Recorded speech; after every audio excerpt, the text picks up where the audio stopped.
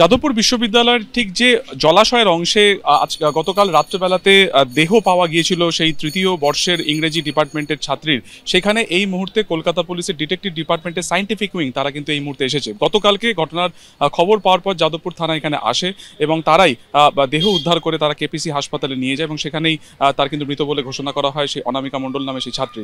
এবং পরবর্তী সময় দেখা যায় যে কলকাতা পুলিশের তরফে গোটা যে ক্রাইম সিন সেটাকে পুরোপুরি ঘিরে রাখা হয়েছে যাতে বহিরাগত কেউ ভেতরে না প্রবেশ করতে পারে। দেখা যাচ্ছে যে যে গ্রিল গোটা জলাশয়কে ঘিরে রেখেছে ঠিক যেখানে ঘটনাস্থল সেখানে গিয়ে কিন্তু গ্রিলের একটা অংশ ভাঙা, যা দীর্ঘদিন আগেই ভেঙে গিয়েছিল। ফলত কিভাবে সেই পড়ুয়া এখান থেকে কমন প্যাসেজ থেকে বেরিয়ে এই ইউনিয়ন রুমের পিছনের দিকের এই অন্ধকারময় জায়গাতে তিনি গিয়ে পৌঁছলেন, গোটা বিষয়টি যেমন খতিয়ে দেখা হচ্ছে। তার পাশাপাশি কলকাতা পুলিশের যে সায়েন্টিফিক উইং ডিটেকটিভ ডিপার্টমেন্টে তারাও কিন্তু এই মুহূর্তে ঘটনাস্থলে এসছে এবং গোটা জায়গাটি তারা একেবারে ছবি তুলছেন, ভিডিওগ্রাফি করছেন এবং তারা কিন্তু নমুনা সংগ্রহের কাজ তারা করছেন। ক্যামেরায় দীপ্তেন্দু চক্রবর্তীর সঙ্গে সুকান্ত মুখোপাধ্যায়, এবিপি আনন্দ, কলকাতা।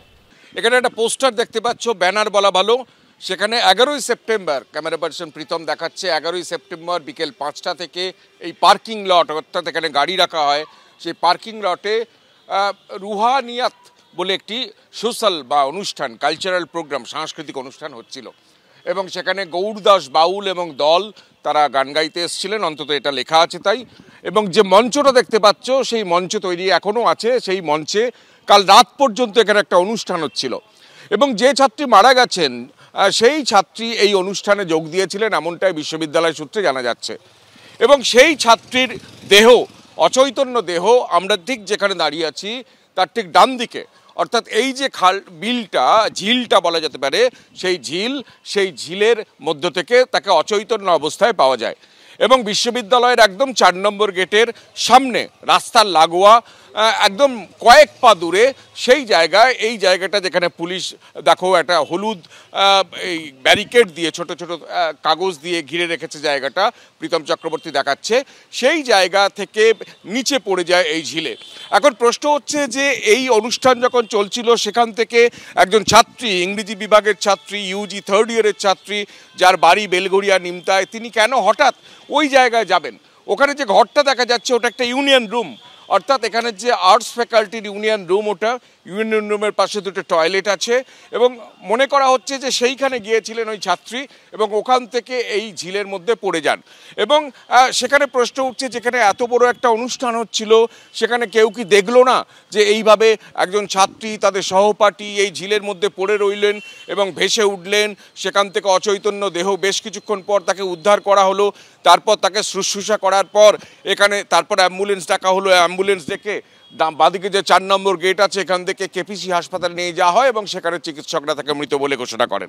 রাত বিরেতে এরকম একটা অনুষ্ঠান চলছে এবং নিরাপত্তার কি বজ্রআটুনি বা ফসকাগেরও তার মধ্যে, যে একজন ছাত্রী সেখানে এইরকম একটা ঝিল, যে ঝিলে ছাত্রছাত্রীরা আড্ডা মারেন, আমরা দেখতে পাচ্ছি সেই ছবি, এবং সেই অনুষ্ঠানের তাগিদে বেশ কিছু শৌখিন ছাতা পর্যন্ত টাঙানো হয়েছে বিশ্ববিদ্যালয় ক্যাম্পাসে।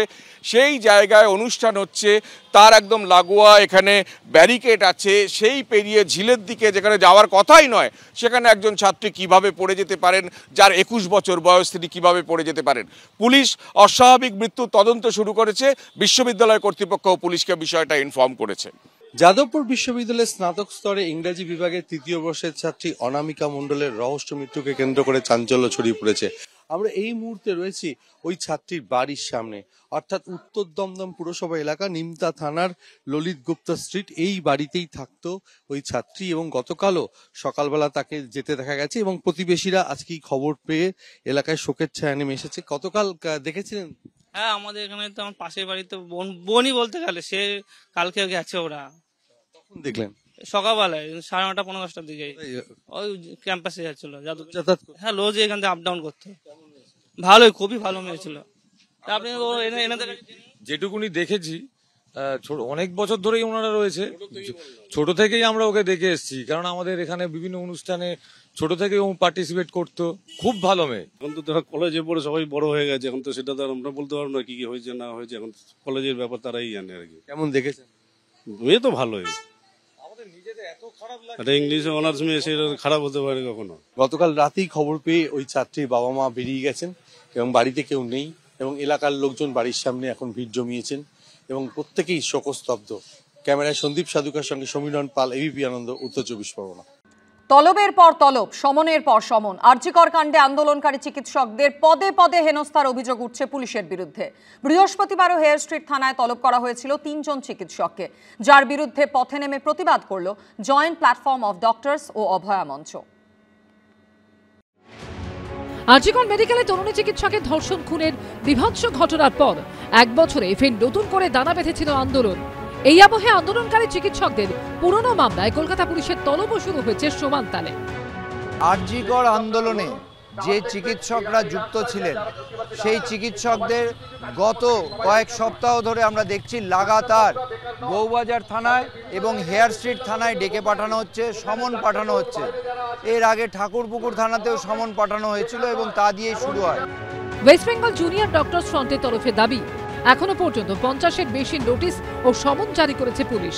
বৃহস্পতিবার হেয়ার স্ট্রিট থানায় তলব করা হয় সিনিয়র চিকিৎসক পুণ্যব্রত গুণ এবং চিকিৎসক দেবাশিস হালদার ও অর্ণব মুখোপাধ্যায়কে, যার প্রতিবাদে এদিন প্রতিবাদ মিছিলের ডাক দিয়েছিল অভয়া মঞ্চ সহ চিকিৎসকদের বিভিন্ন সংগঠন।